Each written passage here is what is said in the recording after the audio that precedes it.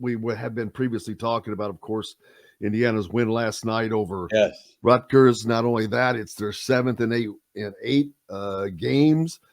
Trace Jackson Davis, continues to knock these milestones down, now becoming the first Indiana player with 2,000 points, 1,000 rebounds. So they've got to continue this, though, or it's all for naught, as they've ascended back to near the top of the Big Ten, tied for second, which is about as high as anybody's going to get in this league this year. Yeah. I don't see Purdue just. It would have to take a catastrophic event for that to happen at Purdue. Yeah. But can I say something a little bit? People are going to get really upset. Maybe not on this particular radio station, but others. I think that Indiana is going to go deeper in the NCAA tournament than Purdue. I really do. I mean, I don't doubt that, because I think they're better equipped to face different teams, where I think Indiana showed Purdue to be really one-dimensional. Well, I just, you get to the NCAA tournament and you got freshman guards, and I just remember, I remember back it was in Washington, D.C., when IU with that great team with Oladipo and Zeller lost to Syracuse, and they had Yogi as a freshman, and I've never seen a guy look so lost against that zone with 6'7", 6'8" guys with a hand in his face. Combination of youth in the backcourt, and if God forbid Zach Edey gets in foul trouble, he seems to have figured out Big Ten referees, and they don't whistle him just for being too big anymore. But when you get a neutral court with officials from the Pac-12 or whatever it might be a different story. So I think, got something in my eye. I think that Purdue is going to go deeper in the NCAA that IU will go deeper than Purdue. Sorry.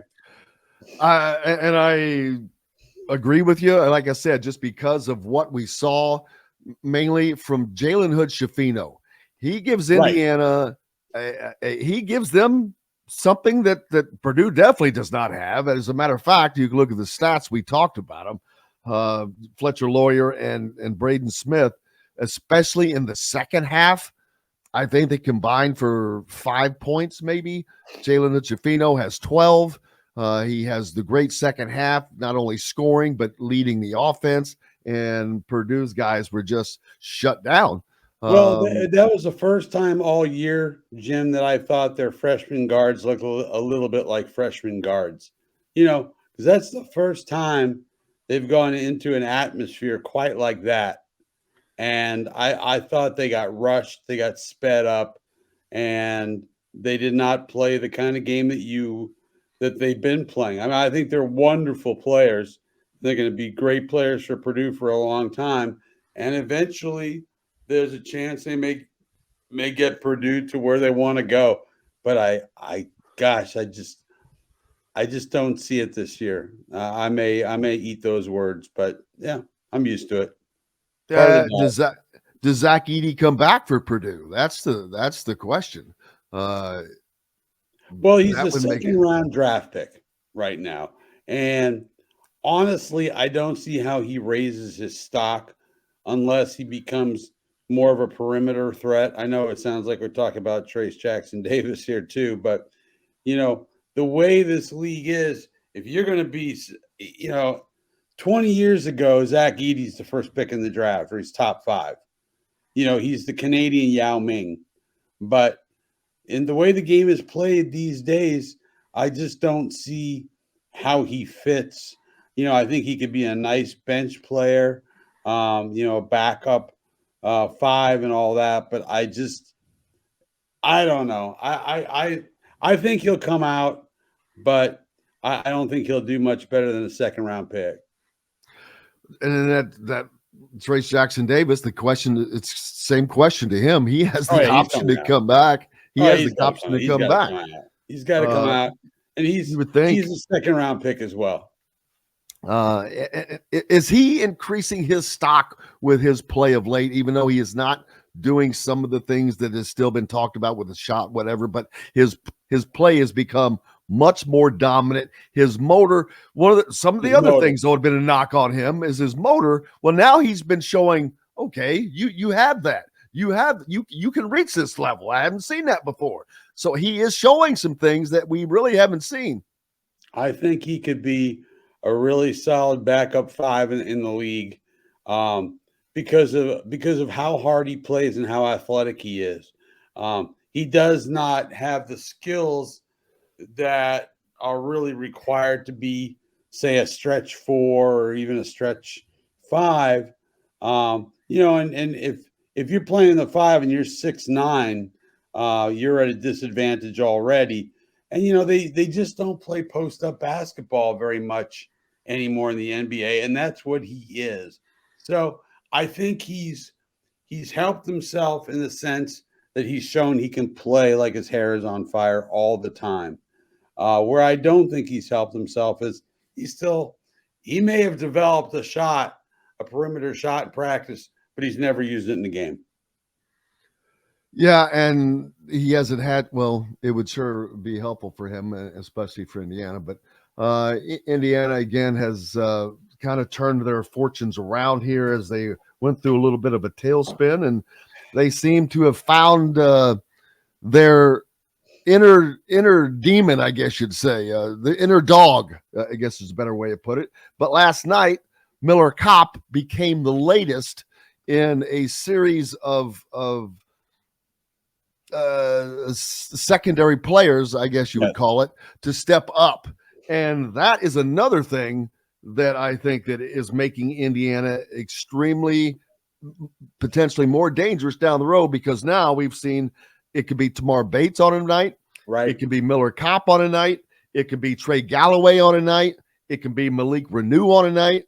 Then you've got guys like Caleb Banks who have been sneaking in and haven't played all year long and are playing 5, 6, 7 minutes and giving great minutes in that short period of time. I mean, that guy's been coming in and playing 7 minutes, scoring 4 points, hitting a couple free throws and sneaking back out. He's like a thief. He's like a thief. Yeah. Well, what's going to be interesting, Jim, is when Xavier comes back, because that means the ball won't be in Jalen Hood-Schifino's hands quite as frequently. How does he's made a great transition to being the leading ball, the primary ball handler. And it took a few games, but and they had that short losing streak. But I mean, since his winning streak, he's been, except for that 1 for 14 mess in Maryland, he's been terrific. How do they look once Xavier Johnson comes back? That's going to be a big, big issue. I actually thought that was going to be what kept them from being able to beat a team like Purdue, not having Xavier to put the on-ball pressure on those freshman guards. But Indiana did it on their own. I've got to give Trey Galloway credit. All of those guys, everybody. I mean, they were playing like their hair was on fire, every one of them defensively, and they have been. And and that has been a major difference because it's also led to offense. Purdue does not give up 70 points. I think that may have been the first time all season they've given up 70 points. They don't win when that happens. And they got sped up by Indiana's defense. That was the best, that first half especially, best defense I've seen them play since the North Carolina game. And the fact that Purdue turned the ball over, I think, 11 times in the first half. This is a team that averages 10.9 turnovers per game. So they got sped up. I thought they played a little frantic. Again, I thought the freshman guards, I love those guys. I mean, they are terrific young players, and they're going to do some great things at Purdue. But, boy, it's hard when you're a freshman. It really is, unless your name is Carmelo Anthony.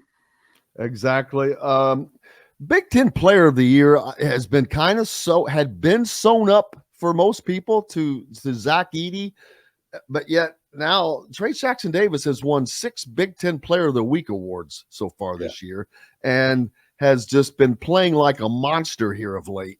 Can he catch Zach Edey? Can he overtake him for Big Ten Player of the Year? I know he is not going to in the eyes nationally, because the national people have already they've crowned him. It's like Dennis Green. If you want to crown him, crown him. We know what they are. But he's already been crowned. But does Trey Jackson-Davis have a shot at Big Ten Player of the Year? It's hard to it's hard to justify him as the Big Ten Player of the Year when a guy from the Big Ten is the runaway leader for National Player of the Year. Yeah, I know.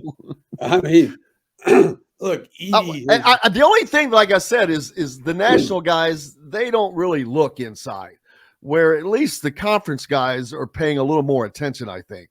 Well, I'm paying attention, and Zach Edey is the best player in the conference. That's my feeling. He outplayed.